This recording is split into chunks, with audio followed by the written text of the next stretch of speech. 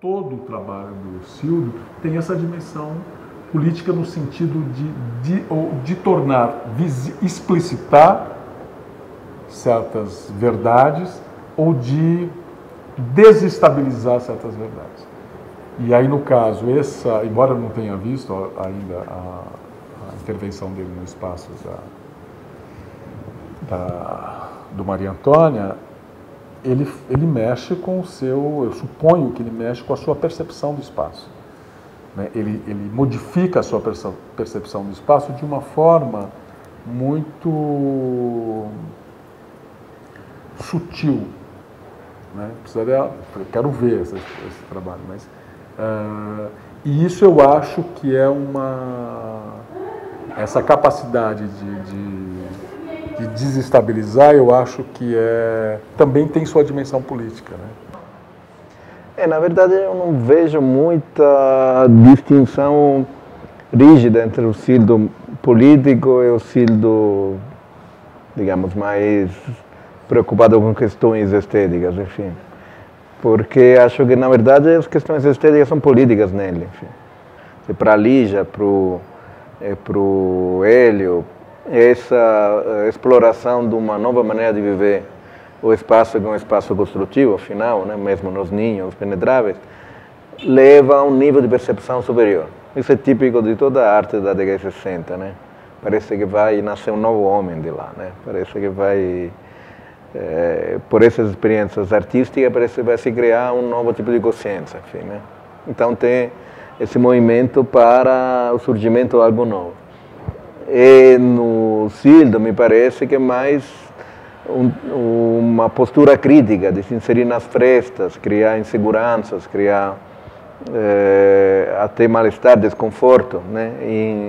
em processos e códigos que são tão óbvios que passam não percebidos, né? Então, no caso das Coca-Colas ou das cédulas, né? Evidentemente, se inserir num circuito é criar uma mensagem, um distúrbio, né? Criar um ruído dentro de um circuito, né?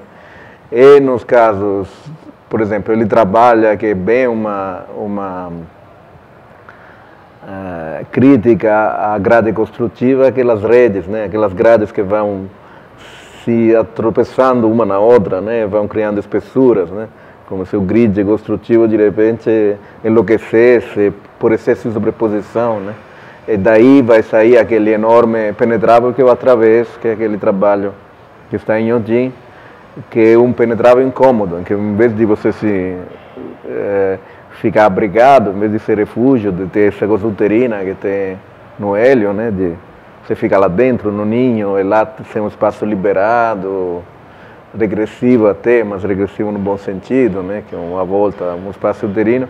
Lá é tudo caco de vidro, né? Tudo impedimento, tudo uma coisa que veda sem vedar, né? No final aquela bola de celofane que ocupa o centro, né?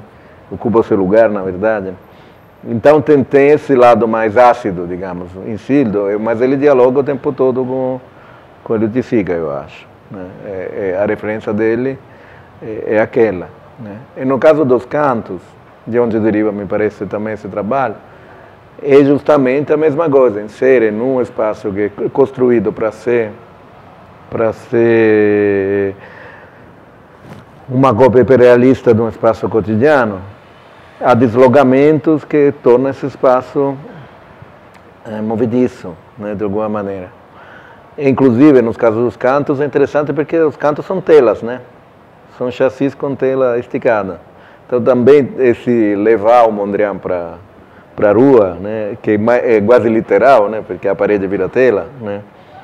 Mas, de um lado, tem um mimetismo, que é um mimetismo que não cria uma superação, um mimetismo meio bloqueado, né? Faço uma tela que é igual a uma parede, né? E por outro lado, tem esse deslocamento, que em vez de tornar esse espaço um espaço liberado, torna um espaço mais incômodo ainda, né? Torna o desconforto mais evidente. E me parece que esse trabalho que ele vai fazer aqui vai um pouco na mesma direção. Você pega um cubo branco, né? Um espaço museográfico normal, enfim, típico, exemplar, e aí cria um pequeno deslocamento que faz com que esse espaço seja tenso, né? Então, acho que tem essa descendência, é muito difícil distinguir. Tornar oblíquo um chão é uma intervenção política, tanto quanto, né, que te tira do eixo, né? Te tira de uma condição de conforto. Você tem, então, os circuitos ideológicos, né? E você tem um trabalho que eu acho fantástico, assim, que era o trabalho, que obviamente eu não vou lembrar o nome do trabalho, que estava na penúltima Bienal de São Paulo, eu acho. Lanterna, exatamente. Então, assim, algumas pessoas diziam, não, isso daí é uma aberração, imagina ele pegar as pessoas para trabalhar. Mas eu acho que ele escancara ele já tem, quer dizer, ele já sabe, hoje o Cildo já sabe quem ele é e o que ele significa para a história, né, e para a própria arte, para pensar a arte contemporânea, não só a arte contemporânea brasileira, mas pensar a arte contemporânea. E ele força esse circuito, né, que é um circuito que ele sabe que ele é muito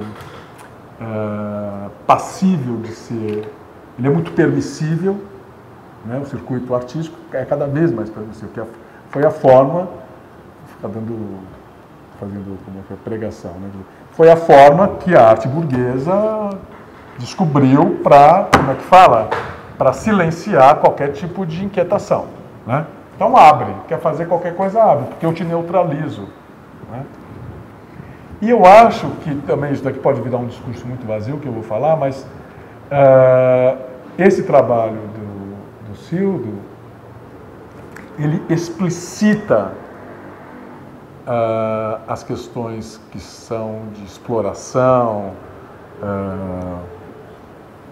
enfim, da mercantilização da força de trabalho, quer dizer, ele explicita no próprio trabalho.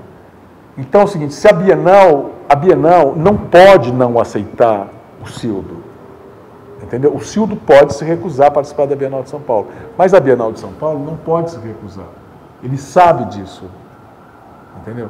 E aí ele faz um trabalho que de alguma maneira revela de uma forma alegórica toda a exploração, né, que está na base, a exploração capitalista, que está na base não só das instituições brasileiras, mas, enfim, dominam ainda a maioria das relações, e ele obriga a instituição a receber aquela...